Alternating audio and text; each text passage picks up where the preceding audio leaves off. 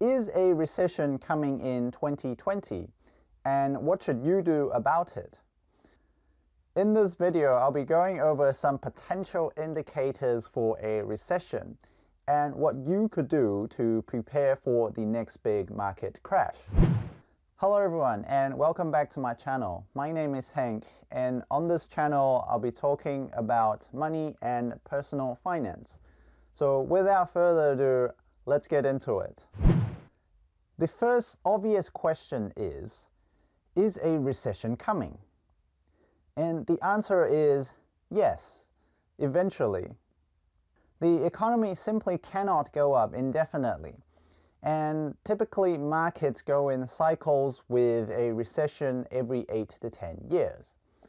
Currently, we're on a historic bull market run of more than 10 years. So the second question is a recession coming in 2020?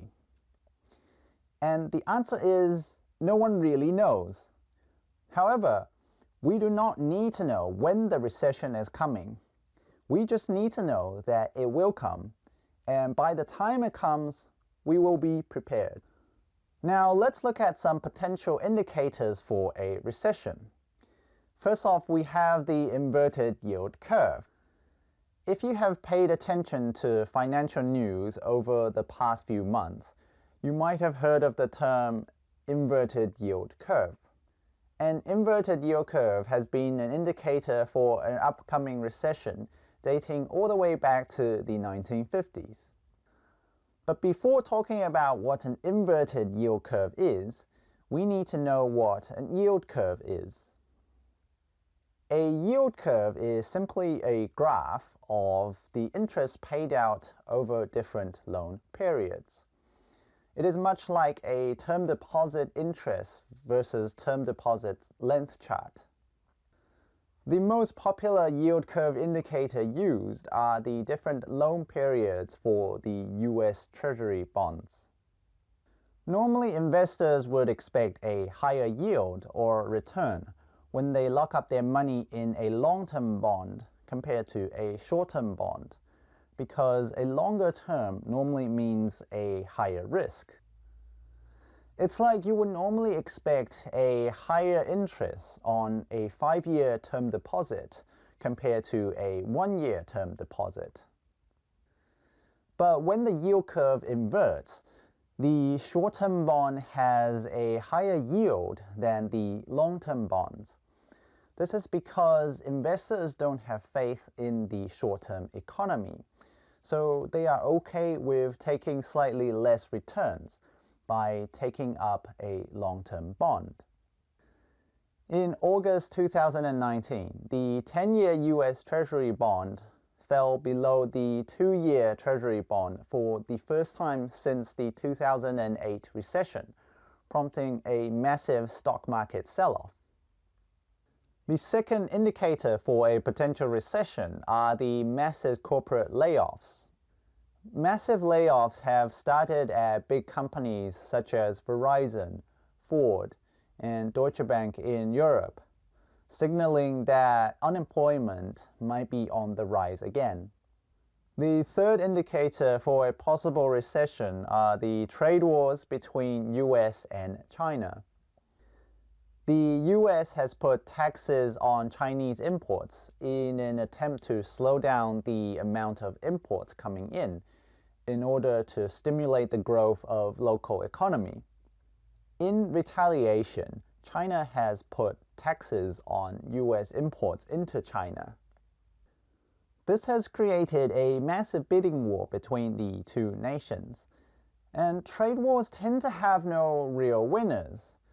And one of the side effects is that it tends to drive up prices of everyday products, making them less affordable for the general population. What should you do to prepare for an upcoming recession? The number one thing to do is do not panic. The media has been trying to push the agenda of a recession since 2013 and how the sky is falling. Most of the time they are just looking to get more clicks and views. And if they say that it's going to happen year after year, Eventually, one year it's going to happen. And then they'll be like, see, I told you so. The most important thing to do here is to not panic sell all your assets. If you are invested in a well-diversified investment fund for the long term, you should be able to ride out the entire recession period.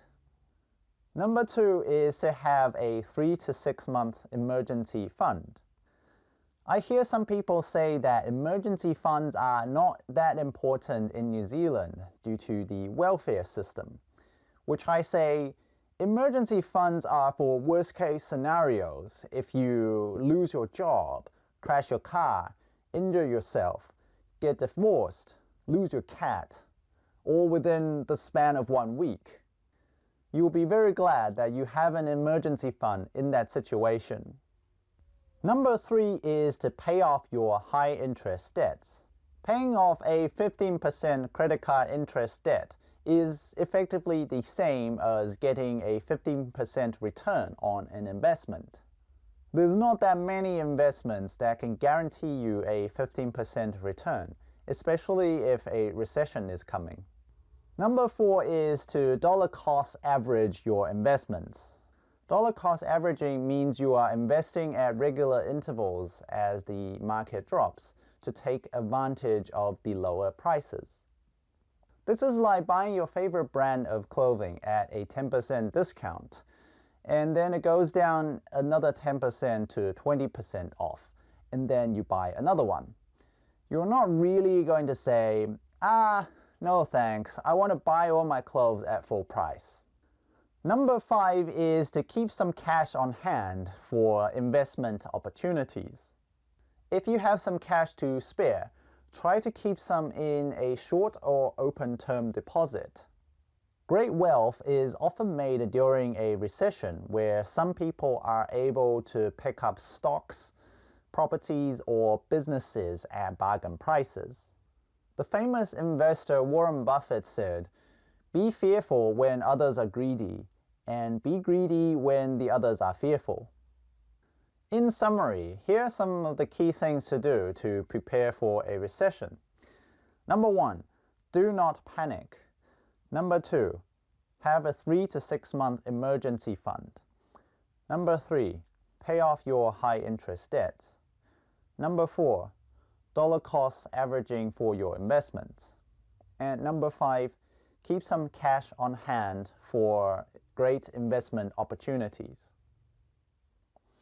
If you want more information and want to know where to invest, be sure to check out my videos here and here, and I will see you in the next one.